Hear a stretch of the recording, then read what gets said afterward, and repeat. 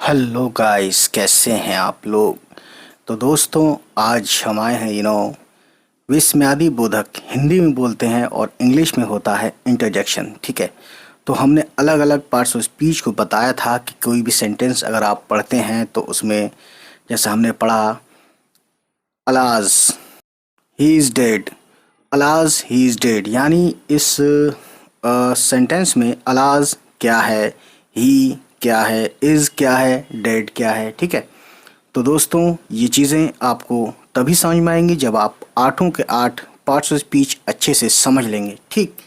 तो खैर, अब तो जो मैंने ये अलाज ही इज़ डेड, ये जो पूरा सेंटेंस बोला है, कमेंट करके आप बताइए कि इसमें अलाज क्या है, ही क्या है, इज़ क्या है, डेड क्या है। ठीक है, कमेंट करके बताएंगे आप। खैर, तो दोस्तों, विस्मयादि बोधक यानी कि इंटरजेक्शन है ना, क्या है हम ये बताते हैं। देखिए यहाँ पे एक डेफिनेशन लिखी है बहुत ही ज़्यादा अच्छे से। इसमें यह है कि an interjection is a word which expresses some sudden feelings और emotions such as surprise, comma, joy, sorrow.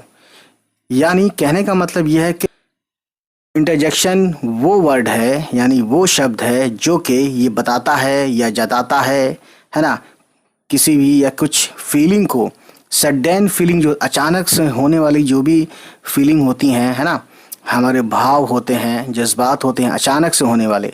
ठीक है। या फिर जो हमारे भाव या हमारे जज्बात हैं, जैसे कि सरप्राइज होने वाले जज्बात जिसमें हम ताज्जुब का इजहार करते हैं, ताज्जुब को बताते हैं, या हमें ताज्जुब होता है, आश्चर्य होता है। ठीक है। उनसे या उन वर्ड से ये पता चलेगा, आश्चर्य या खुशी पता चले या गम पता चले, है ना। तो ऐसे सभी वर्ड क्या कहलाते हैं दोस्तों?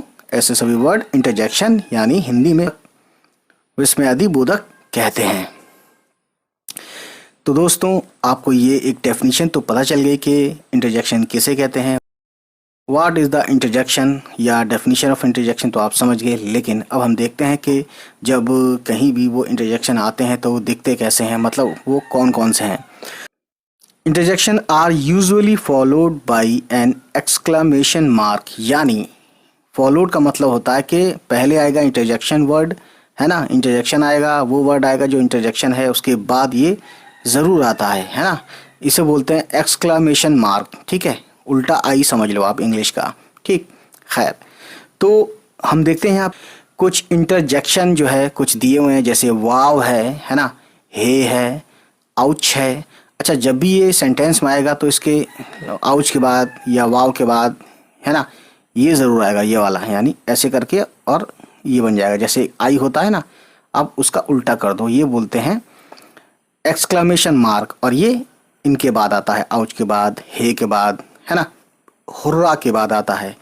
तो ये इंटरजेक्शन के एग्जाम्पल हैं ओह, उप्स, ओह नो, अलाज, हेलो, आह, हश, हश, गुस्से में किसी को चुप कराते हैं या किसी को ऑर्डर करते हैं, ठीक है ना, तब बोलते हैं हश। ठीक है ना। वेल डन, किसी की तारीफ करते हैं। ब्रावो, ब्रावो में भी क्या होता है, हम तारीफ ही करते हैं। ठीक है। वेल डन में भी हम तारीफ ही करते हैं। ठीक है ना। तो ये तो कुछ देखा आपने कि ये होते हैं इंटरजेक्शन। अब हम देखते हैं दोस्तों, दैट वेरी वेल, कि कुछ सेंटेंसेस देखते हैं एग्जाम्पल के तौर पे। देखिए दोस्तों, सबसे पहले हमारे पास है वेल डन वाला। ठीक है। तो हमने क्या कहा, एक सेंटेंस है well done, you scored good marks, है ना। यानी यहाँ पे हम क्या कर रहे हैं, हम किसी के काम को अप्रूव भी कर रहे हैं, यानी जो उसने जो भी काम किया, मार्क्स लाया वो एग्ज़ाम में, है ना, और हम तारीफ भी कर रहे हैं। तो ये well done my boy, well done, इस तरीके से जो देखा होगा आपने, तो यानी हम तारीफ कर रहे हैं, तारीफ करने के लिए वेल डन बोलते हैं। या कोई कुछ काम करता है तो उसको हम उसको एक तरह से अप्रूवल देते हैं कि हाँ, हमें भी अच्छा लगा और बहुत अच्छा काम किया तुमने, तभी वेल डन बोला जाता है। अच्छा जी, दूसरा देखो, ब्रेवो। ब्रेवो जो दोस्तों ये वर्ड है, ये तारीफ करने के लिए किया जाता है। Bravo, you have done well, यानी तुमने अच्छे से किया। ब्रेवो, शाबाश, ब्रेवो का मतलब शाबाश है। ठीक है। वेल डन का मतलब भी बहुत बढ़िया या शाबाश, है ना, इस तरीके से इसका मतलब होता है। तो ब्रेवो मतलब यही। तो ब्रेवो के बाद देखा आपने, ब्रेवो क्या है आपको बताया था मैंने। ब्रेवो जो है इंटरजेक्शन है और इसके नीचे ये एक्सक्लेमेशन वाला मार्क, इसके बाद जो है एक्सक्लेमेशन वाला मार्क है और नीचे एक पॉइंट ज़रूर होता है जो मैंने यहाँ बताया था, ठीक है। खैर, तीसरा सेंटेंस है हेलो। हेलो ग्रीटिंग के लिए यूज़ किया जाता है ना।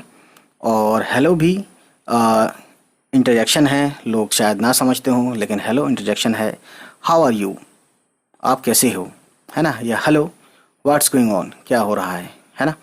तो इस तरीके से ग्रीटिंग में भी यानी ग्रीटिंग के लिए भी और सरप्राइज कोई होता है तो बोलता है हेलो, ए हेलो कम, इस तरीके से आपने सुना होगा, ठीक है। आह, ये जो आह वर्ड है ये खुशी के लिए, खुश मतलब मज़ा जब आता है तब बोलते हैं, ठीक है। या सरप्राइज होते हैं तब कहते हैं आह डेट फील्स नाइस, यानी ये बहुत अच्छा लगा मुझे, वो बहुत अच्छा लगता है ना। इस तरीके से हम कहीं कहते हैं। या इट फील्स नाइस या इट फील्स गुड, ये बहुत अच्छा लगता है या ऐसा बहुत अच्छा लगता है, ठीक है। तो ये हो गया आह, यानी जब मज़ा आता है या सरप्राइज करते हैं तब भी कहते हैं आह। अब देखिए वाओ, ओ वाओ, वाओ भी बहुत बोलते हैं लोग, सुना होगा आपने, है ना। सैफ अली खान बोलता है oh wow, oh wow wow, ये आपने देखा होगा। That is a good news.